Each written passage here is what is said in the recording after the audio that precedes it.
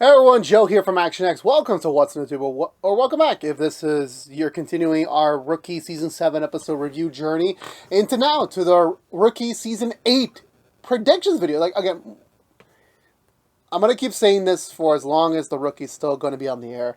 The fact that we are doing a Season 8 prediction video and we are officially getting, so it's not one of those, like, it hasn't been renewed yet, it hasn't been, oh my god, my hair is like, I had it perfect, then I went to go do something else. Okay. No, it's not perfect. Where was I going with that? Yeah, no, so the fact of the matter is that, we're here. We're doing a Season 8 predictions video. The writers are actually still just starting to work on it, so writers, I am available for consultation. I do not want to interfere with your work, but at the same time, I did have some critiques with Season 7, a little minor critiques. As much as some other fans did as well.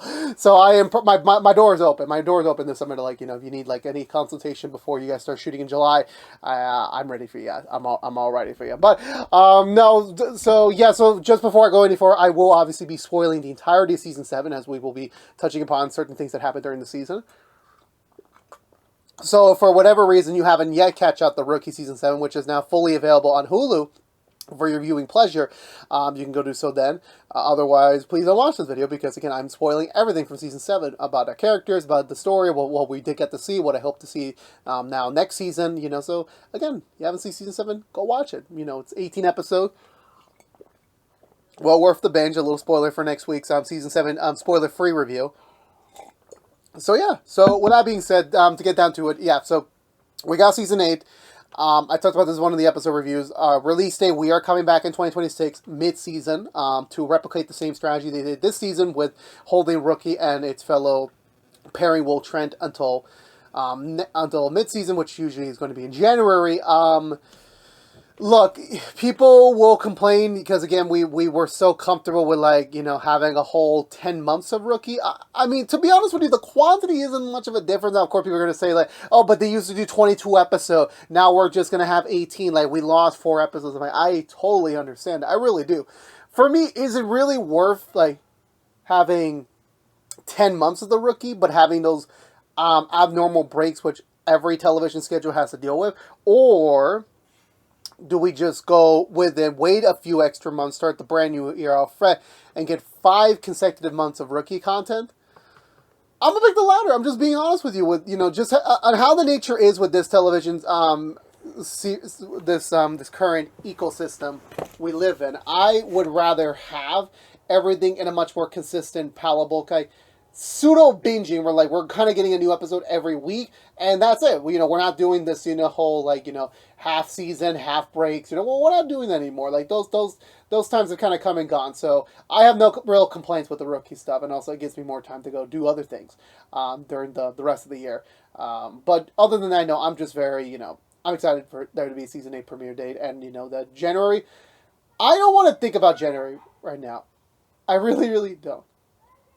Because, yeah, so, some things have happened in my life recently. I don't even know where things are going, but, honestly, the fact of, like, January 2026, when I say that as a date, it for me creates this bit of, like, worriness. Not like a worriness in a negative aspect, but more just like another year will have passed. Like, again, I'm in the middle of May as I'm recording this, and we're talking about a piece of content that doesn't even start in earnest until January next year. So the fact that, again, it's 7 months of waiting, and the fact of the matter is that, yeah, so that's kind of what we're heading up to. Again, we'll see how it goes. We will see 100% how that all pans out to be. And like I said, most likely it will be 18 episodes. I feel like that is, like, kind of like the sweet spot nowadays for most TV shows, just to kind of, again, TV is getting more expensive after the strikes of 2023. Everything's gone up in pricing, which, of course, obviously it's matching the current cost of living. Obviously speaking, I have no quarrels against that. But, of course, obviously, it's going to be very, very rare nowadays for a show to go into the 20s, like 21, 22. Like, they still happen. I'm not surprised, but, like, they're finding ways to, like, cut that budget around. But you know what? If that ends up being for a more creative season, a more straightforward, more condensed season, I'll take it. I'll take it. That's just my in my opinion on the matter. But yeah, no. So going into things, where do I want the overall story to go? Season 7 primarily was tackling just kind of just more of the characters and their journeys, so to speak. There wasn't really primary adversary per se. We kind of had like some experimental stuff with like having like kind of like a halfway antagonist, giving Harper finally her own rival of sorts, which that did kind of take up the runtime of like 5 episodes in total. We also had the ongoing like abandoned asylum that we kind of kind of came back and forth a couple times extra, that wasn't correlating to the main villain for that particular premise. So there wasn't really anything like that. We didn't have another Elijah. We didn't even have another Rosalind. We never got that sort of character. We've had Oscar pop in at the end, and we had Monica pop in the beginning, and of course at the very end of the season. And that kind of kind of segues where Monica's presence in the middle in a random, like for me, pseudo filler episode, one of those experimental styles of shooting it type of episodes. Her storyline continuing there, and then when we get into the finale, that last scene where she's got immunity, she's got a pardon, she's now fully free to resume whatever she wants to do in LA, and she cannot be held accountable to her previous actions.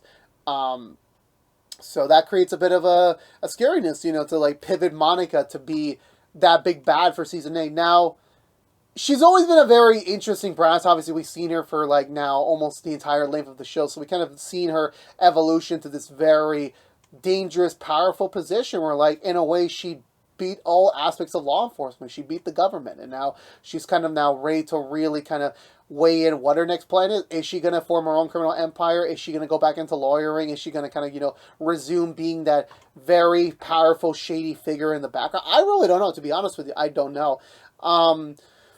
For me, obviously, the three primary combatants are going to be Wesley, are going to be Lopez, is going to be, of course, Nolan, Gray to an extent. And obviously, the rest of the Mid-Wilshire Station are going to have to now deal with the fact that, this person that was wanted by that everyone knows she's guilty, now being pardonized, it creates a whole new set of challenges, this new untouchable aura in the air where I'm very curious. I really am much, and we'll get to more about that in the characters in a bit about where I would like some of these characters to be. But obviously, her presence, her aura of potentially being that new big bad for the season is going to obviously continue to weigh in on Wesley and on Lopez as we progress through whatever their storylines are going to go next season, how that's going to tie into things. Obviously, just in the grander scheme of things, obviously we're going to continue Miles's training with the Penn's trading with the FTO program. He's going to continue. Whether or not he finishes this season or not is currently unclear. Most likely, if I'm a betting man, he'll probably be in short sleep at the second half, and he'll probably be out of the FTO program season 9. We'll have to go back to a whole new rookie set. Which honestly, another thing is, like, are we going to get a new rookie this year? I personally think no. I could be wrong though. That is just mainly because obviously Nolan's going to be now, Selena's now no longer in the FTO program. She's now officially a primary P2. So, and after the whole Ridley thing from last season, I don't think quite they're ready to explore a new one yet. I personally would 100% expect, and this is like really forward thinking, where we could potentially get to that point, like if, like, let's say Rookie goes to season 10, we celebrate that 10-year anniversary, that, what, Miles will be done with his FTO program, and we're going to start fresh with a clean slate, 3 new rookies in Mid-Wilshire, to kind of rekindle that dynamic. Because like Grey's Anatomy did it, you had the core 5, and then you start, adding in new people as they go. Some people don't stay around, some people do, kind of really, it's just TV 101. And now only recently, a few years ago, you got to see Grey's doing a proper, new 5-person intern team, being like the new kind of, primary focus, allowing them to kind of, repeat certain medical stuff that they haven't been able to do since those earlier seasons, which, again, it works out to play like that. So for me personally, I don't see them introducing a new rookie this season. I could be wrong, though. We'll see. We'll very much see, to see how that all is going to pan out to be, and, but yeah, that's what I want to see from a major storytelling percentage, is have Monica be a really great big bad, and, just, focus just more back on the characters, as they were doing season 7, continue doing so. I think that's a very strong case to kind of, leave them for that night. Going into our primaries, to our lead cast again, going from like top to bottom to our, obviously Penn, who is recurring in its debut season this year, is not going to be main starring potential in season 8, which again, bravo to him, congratulations. It made sense. Obviously, if you stick around your recurring year, you're gonna be promoted. So kudos to him. We already did a lot for him this season, and it feels like they finally developed a rookie character that was post OG first 2 seasons that really has legs. Now, I'm not trying to speak well about Aaron. I'm not trying to speak well about Selena. I'm not trying to speak ill about them, but like they were designed mainly to have a core primary storyline, and then we immediately took them, to just be either figuring out new storylines or in Aaron's case, kind of just fill them in whenever we have an empty space available. With Penn, we didn't really get that big, like this big overarching storyline for him. It's kind of like him just adjusting to LA. It's kind of him just like learning the ropes, kind of really, that transplant sort of feel. And I feel like that's still a good place we can take him. At the end of season 7, we did briefly explore him going back on the dating scene, now having been in LA for a little bit of time, maybe potentially finding someone to go home to, or possibly have someone to share a second income with, so that they can he can finally move out of his car and get a place of his own. Is going to be interesting to say the least, and I think we should continue that. And I know it's always corny, like give someone a romantic arc just to justify their presence. I know it's corny, but that's kind of like the presence that may be there, for him, having finished most of his transplant stuff. It would be fun to revisit the football storyline again. This time, a much more connected feel, or maybe more from his past as being in Texas's law enforcement division. So I feel like those would be interesting angles if you want to progress her, because being mainline potential, you're gonna be top of the bill, and you're not top of the bill, you're gonna be top of the priority for the writers. So we need to develop something for him to do this season. So what can we do? So that's kind of where I'm seeing for him right now as he continues his FTO program training. I know some people, for some reason, were shipping him with Selena. I don't know why. I don't see it, personally speaking. It is what it is on their front. Maybe just because, okay, once Chenford hopefully inevitably gets back together next season, I guess we need, another officer couple to kind of, ship. So I'm I don't think that's necessary. I don't personally think so. But then again, we'll see how that all goes. We'll see with that. But, yeah, I feel like just for him, just continue his FTO program. He's already having a good, strong foundation with the rest of the cast. I would say probably, get some more scenes with him and Nolan and Lopez and Harper as a result. It feels like he kind of, hasn't really had much screen time with them. So, getting a couple more pairing off episodes with them would probably be appreciated to kind of, really round out his relationship with the larger group, in my opinion. Maybe getting into that inner circle eventually down the road. Moving into Gray, I love him so much. Congrats to his promotion this season. Will he get another one? I don't know. I really don't know. If it took him 7 seasons to get to this promotion, we might have to wait another 7 seasons. That retirement ain't not coming anytime soon. I'm just being completely transparent with you on that. But no, with Gray, I always see this every single season prediction. We never get it. I just would love the Garza episode with him. I want to see a team up between them. Garza has been appearing a little bit more frequently in the rookie prime now. Obviously, work is work. Obviously you have, if you're dealing with the feds, why not go with the big honcho himself? And I feel like that is really necessary to continue him as well. Get back a little bit more to Gray. I think his promotion does come with some caveats, and I would have loved to see more of that. Reactionary tale to that, but we didn't really get to see. It was more like a title promotion and nothing more, because again, if you stay in the LAPD for so long, you gotta get a promotion eventually. You can't just keep staying where you're at on that. So that would just be my 2 cents on the matter with him, to see that. Please writers, give me that Garza team up. So we need it. We 100% need it still. If we don't get a season, I'll say a season 9 prediction. I'll keep going until the day I go. That's just my stance on the matter.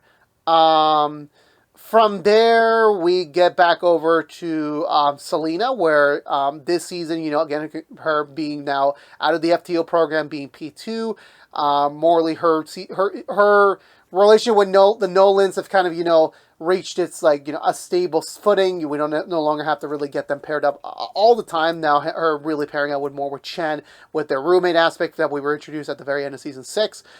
This season kind of, really morally kind of ironing that out with that, trying to make them more like, more the go-to, team up with that, which is very appreciated. And, obviously it makes sense for Juarez because, like, she's always just riding around with Nolan as, like, a professional, TO,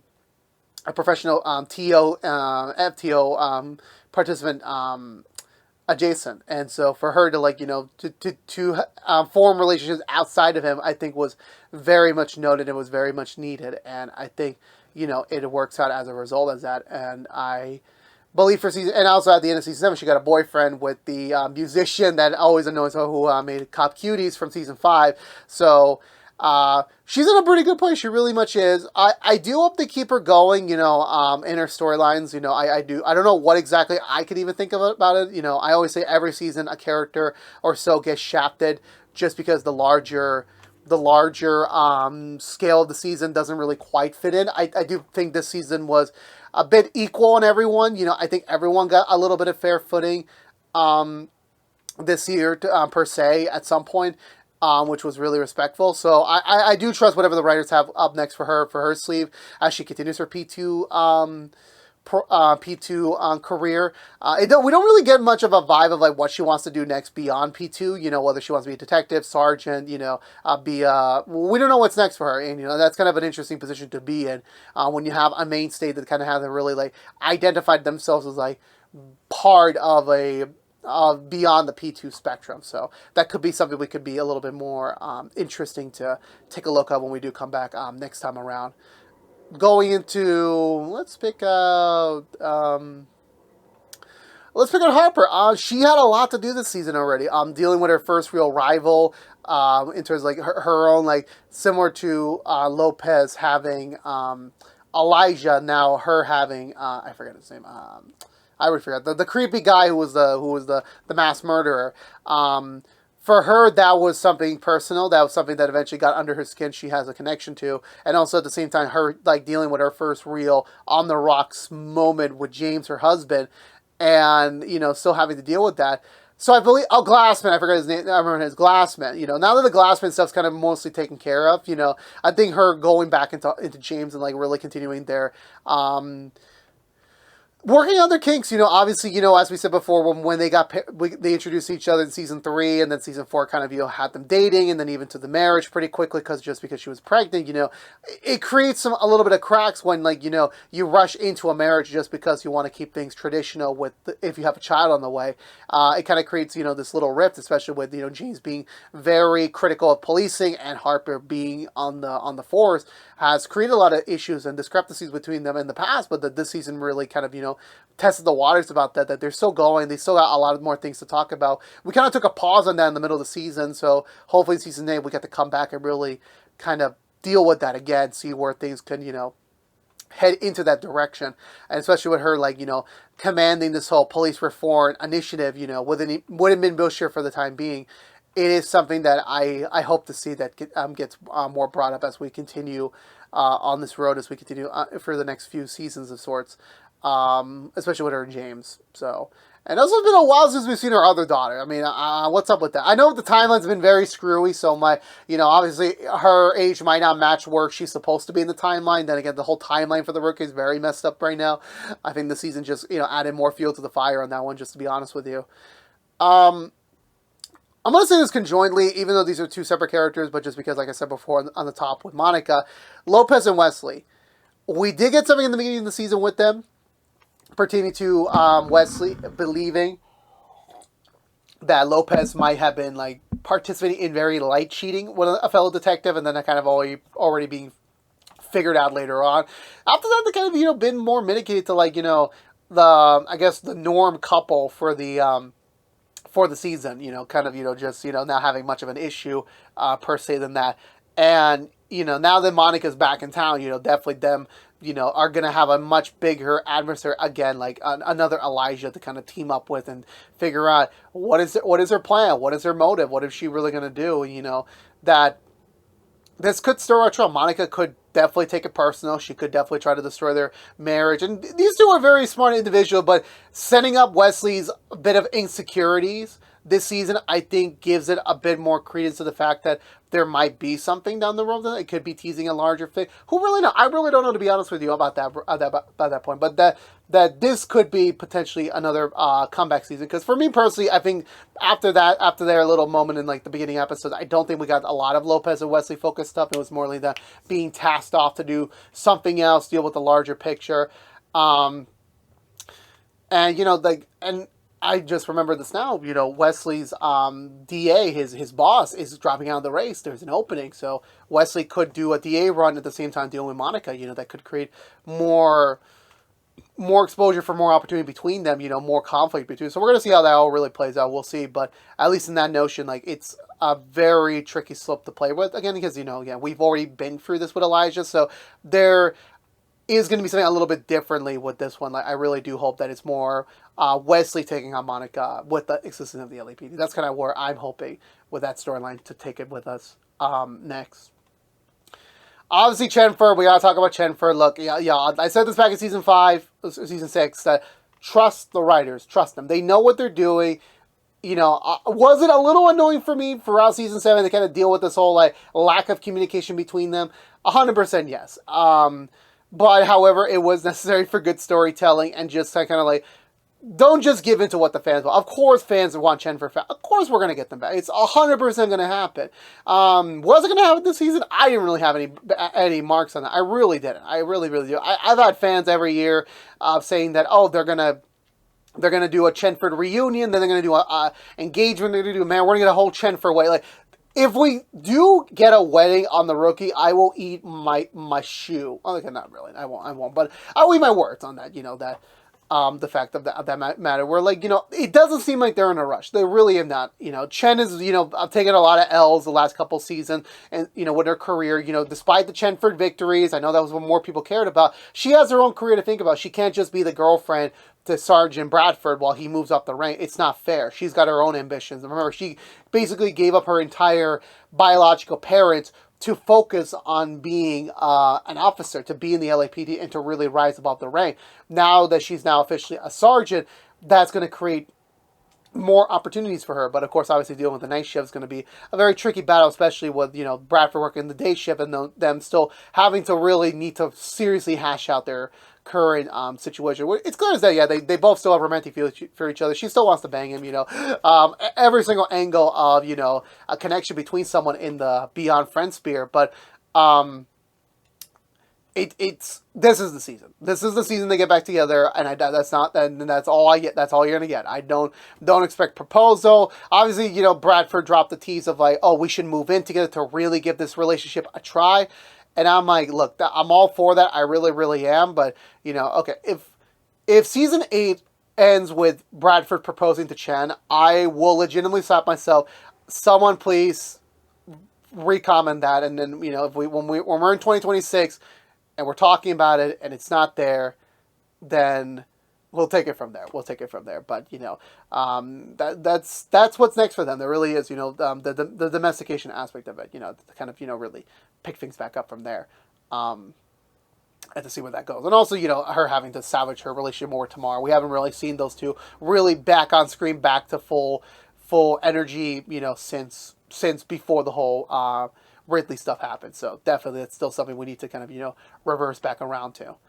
And then finally, Nolan and to his partner Bailey, this season they were mainly dealing with, their want of having a child. And that was dropped for legitimate reasons. Obviously, they had a whole thing with Oscar, with Bailey's ex-husband. We had to deal with that entire ordeal and everything, so, and then, just finally them realizing, oh crap, the cost of raising a kid nowadays is really expensive, and, they would have to sacrifice so much of their careers just to get that, again, will they get pregnant? I don't know really, it will come out of the blue, and I don't quite think that is in the cards, to be honest with you. I don't think so. I think Nolan, having just finished up Henry and everything, doesn't really necessarily have him really, like, campaigning to go back into like being a parent again, especially for another 18 or so years. I don't think that's in the cards. That's just my personal opinion about it, so to me it was valuable for them to like really build out their relationship, especially when they were dealing with all that with the ex-husband escaping from prison.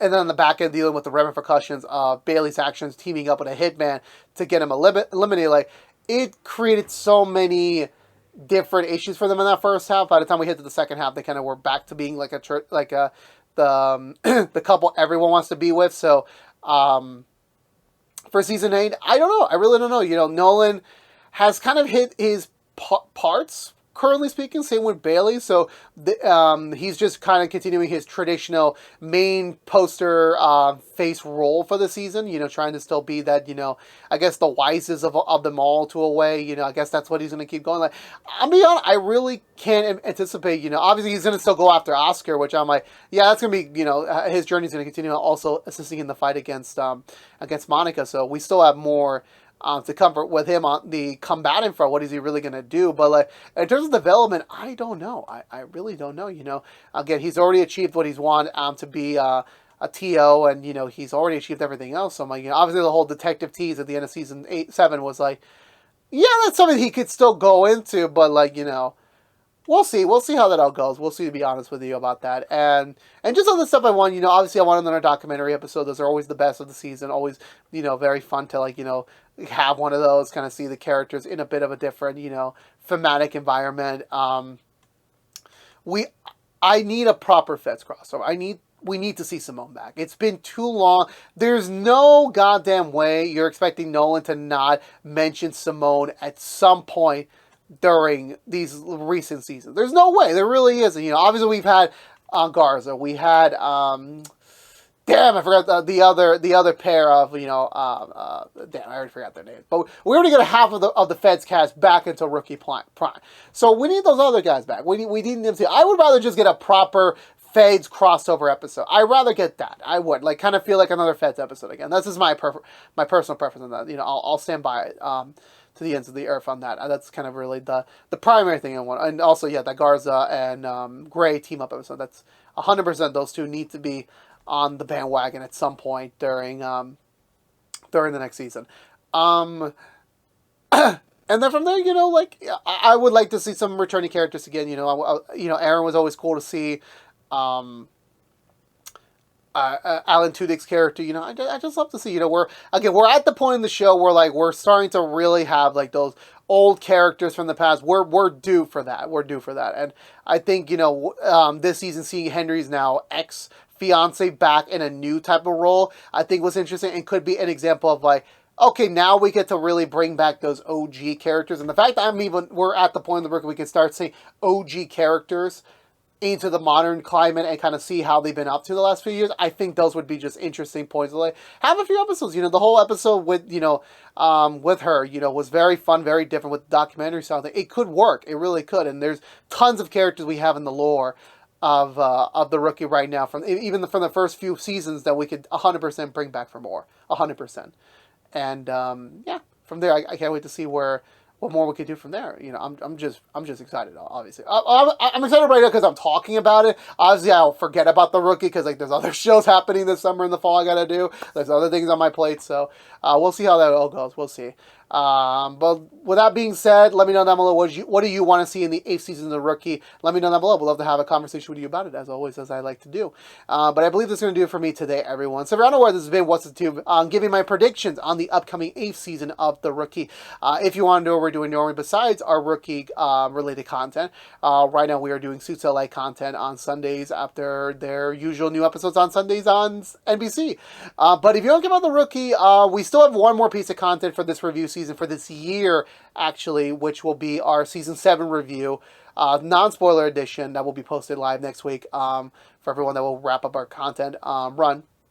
And that's it. We will return with new Rookie content later this year as we do our season 4 definitive review, and then we go into, like, next year for season 6 and for season 8 episode reviews. So we still have more to go for there. But again, if you have been staying tuned for this entire run, thank you so much for now. I really do appreciate it. I really, really do. I love the Rookie fan base so much. I love every year seeing these conversations online. It's great. It's really great to be a part of this community, and that the fact that we get to do this all over again next season. But with that all being said, thank you so much for watching. Please subscribe if you haven't yet, like, favorite, share if you want to, ring that bell, and follow social media for more. But until we see each other again, thank you so much for watching. Please stay safe out there, be good to each other, and as always, peace out.